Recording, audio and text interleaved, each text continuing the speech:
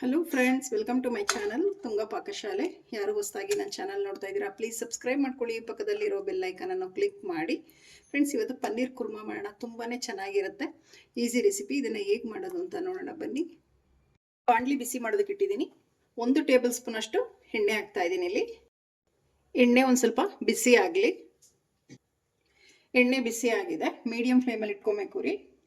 400 gram ಅಷ್ಟು ಪನ್ನೀರ್ ಇದೆ. ಈ ಥರ ಕ್ಯೂಬ್ ಟೈಪ್ ಕಟ್ ಮಾಡಿದ್ದೀನಿ. ಈ ಪನ್ನೀರ್ ಕಟ್ ಮಾಡಿರುವಂಥದ್ದು ಕ್ಯೂಬ್ ಟೈಪ್ ಹಾಕ್ತಾ ಇದ್ದೀನಿ. ನಿಮಗೆ ಯಾವ ಸೈಜ್ ಬೇಕು ನೋಡಿ ಕಟ್ ಮಾಡಿ, ಮೀಡಿಯಮ್ ಆಗಿ ಕಟ್ ಮಾಡಿ. ಒಂದು ಸ್ವಲ್ಪ ಅರಿಶಿನ ಹಾಕ್ತಾ ಇದ್ದೀನಿ, ಒಂದು ಸ್ವಲ್ಪ ಅಚ್ಕಾರದ ಪುಡಿ ಹಾಕ್ತಾ ಇದ್ದೀನಿ, ಒಂದು ಸ್ವಲ್ಪ ಉಪ್ಪು ಹಾಕ್ತಾ ಇದ್ದೀನಿ. ಮಿಕ್ಸ್ ಮಾಡಿ. ಉರಿ ಜಾಸ್ತಿ ಇಡೋದಕ್ಕೆ ಹೋಗಬಾರ್ದು. ನೋಡಿ, ಈ ರೀತಿ ಹಚ್ಕೊಂಡ್ಬಿಡುತ್ತೆ. ಉಪ್ಪು ಖಾರ ಎಲ್ಲ ಚೆನ್ನಾಗಿ ಹಿಡಿಯುತ್ತೆ ಪನ್ನೀರ್ಗೆ. ಒಂದು 2 ನಿಮಿಷ ಮಿಕ್ಸ್ ಮಾಡಿದ್ರೆ ಸಾಕು. ಈಗ ಇದನ್ನ ಒಂದು ಪ್ಲೇಟಿಗೆ ತೆಗೆದಿಟ್ಕೊಳ್ಳೋಣ. ಮತ್ತೊಮ್ಮೆ ಇದೇ ಬಾಣಲಿಗೆ ಇನ್ನೂ 1 ಟೇಬಲ್ ಸ್ಪೂನ್ ಎಣ್ಣೆ ಹಾಕ್ತಾ ಇದ್ದೀನಿ. ಎಣ್ಣೆ ಬಿಸಿಯಾಗಿದೆ. 1 ಗೆಡ್ಡೆ ಬೆಳ್ಳುಳ್ಳಿ ಹಾಕ್ತಾ ಇದ್ದೀನಿ, ಸಿಪ್ಪೆ ಸುಳಿದ್ಬಿಟ್ಟು. ಒಂದು ಮೀಡಿಯಮ್ ಸೈಜ್ದು ಈರುಳ್ಳಿ ಇದೇ ಥರನೇ ಸಣ್ಣದಾಗಿ ಕಟ್ ಮಾಡಿ ಹಾಕಿ. 1 ಇಂಚಷ್ಟು ಶುಂಠಿ, ಇದು ಅಷ್ಟೇ ಸಣ್ಣದಾಗಿ ಕಟ್ ಮಾಡಿ ಹಾಕಿದ್ದೀನಿ. ಒಂದು 5 ಹಸಿರು ಮೆಣಸಿನ್ಕಾಯಿ ಹಾಕ್ತಾ ಇದ್ದೀನಿ. ಒಂದು 3 ಏಲಕ್ಕಿ, 1 ಇಂಚಷ್ಟು ಚಕ್ಕೆ, ಒಂದು 4 ರಿಂದ 5 ಲವಂಗ ಹಾಕ್ತಾ ಇದ್ದೀನಿ. ಒಂದು 1/4 ಟೀ ಸ್ಪೂನ್ ಸೋಂಪು, ಒಂದು 1/4 ಟೀ ಸ್ಪೂನ್ ಸಾಜೀರ, ಒಂದು ಅರ್ಧ ಟೇಬಲ್ ಸ್ಪೂನ್ ಅಷ್ಟು ಮೆಣಸು. ಇದನ್ನು ಫ್ರೈ ಮಾಡಿ.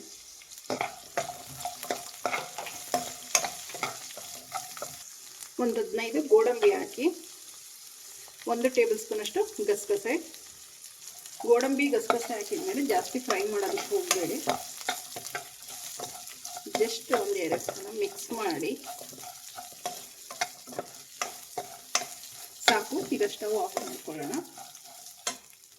ಇದು ಆರಿ ತಣ್ಣಗಾಗಲಿ, ಗ್ರೈಂಡ್ ಮಾಡ್ಕೊಳ್ಳೋಣ. ಮಿಕ್ಸಿ ಜಾರ್ ತೊಗೊಂಡಿದ್ದೀನಿ. ಮಸಾಲೆ ಕಂಪ್ಲೀಟಾಗಿ ಆರಿ ತಣ್ಣಗಾಗಿದೆ, ಗ್ರೈಂಡ್ ಮಾಡ್ಕೊಳ್ಳೋಣ.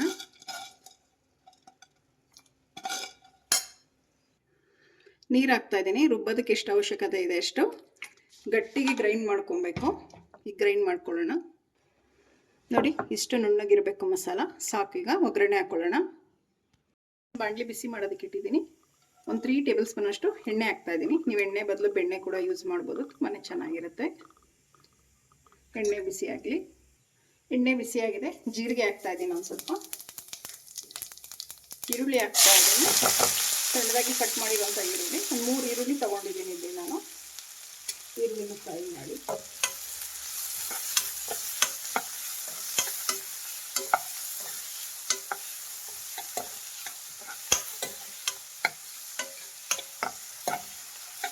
ಈರುಳ್ಳಿ ಒಂದು ಸ್ವಲ್ಪ ಫ್ರೈ ಆಗ್ತಿದ್ದಾಗೆ ಬಟಾಣಿ ಹಾಕ್ತಾ ಇದ್ದೀನಿ, ಹಸಿ ಬಟಾಣಿ. ಮಿಕ್ಸ್ ಮಾಡಿ ಒಂದು 2 ನಿಮಿಷನಾದರೂ ಮಿಕ್ಸ್ ಮಾಡಬೇಕು ಬಟಾಣಿ ಹಾಕಿದ್ಮೇಲೆ.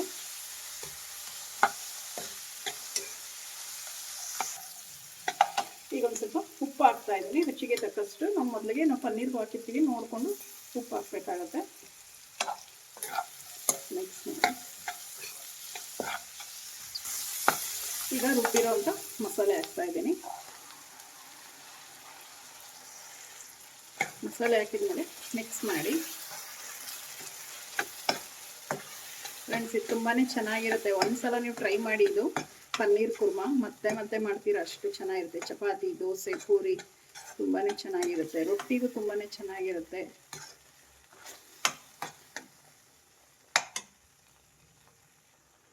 ನೀರು ಹಾಕ್ತಾ ಇದ್ದೀನಿ. ನಿಮ್ಮ ಕನ್ಸಿಸ್ಟೆನ್ಸಿ ನೋಡಿ, ನೀರು ಎಷ್ಟು ಬೇಕು ಅಂತ.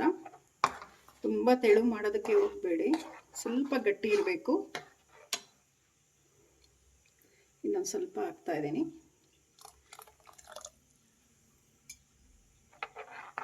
ಮಿಕ್ಸ್ ಮಾಡಿ. ಒಂದು ಅರ್ಧ ಟೇಬಲ್ ಸ್ಪೂನ್ ಅಷ್ಟು ಗರಂ ಮಸಾಲ ಹಾಕ್ತಾ ಇದ್ದೀನಿ. 1 ಟೇಬಲ್ ಸ್ಪೂನ್ ಅಷ್ಟು ಧನಿಯಾ ಪುಡಿ ಹಾಕ್ತಾ ಇದ್ದೀನಿ. ಮಿಕ್ಸ್ ಮಾಡಿ.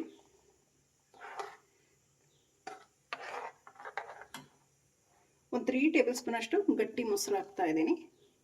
ನೀವು ಬಟಾಣಿ ಸೇರಿಸ್ತಿರಲ್ಲ, ನೀವು ಕೂಡ ಹಾಕ್ಬೋದು, ಅಥವಾ ಹೀಗೆ ಕೂಡ ನೀವು ಮಿಕ್ಸ್ ಮಾಡ್ಬೋದು. ಹಾಕ್ಬಿಟ್ಟು ಮೊಸರನ್ನ, ಗಟ್ಟಿ ಮೊಸರಾಗಿ ತುಂಬಾ ಚೆನ್ನಾಗಿರುತ್ತೆ. ಈಗ ಲಿಡ್ನ ಕ್ಲೋಸ್ ಮಾಡ್ತಾ ಇದ್ದೀನಿ. ಬಟಾಣಿ ಬೇಯಬೇಕು.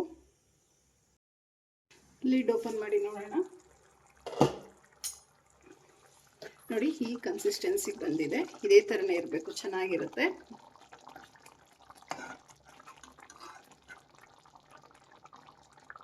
ಬಟಾಣಿ ಕೂಡ ಬೆಂದಿದೆ, ಸಾಕು. ಪನ್ನೀರ್ ಹಾಕ್ತಾ ಇದ್ದೀನಿ. ಮಿಕ್ಸ್ ಮಾಡಿ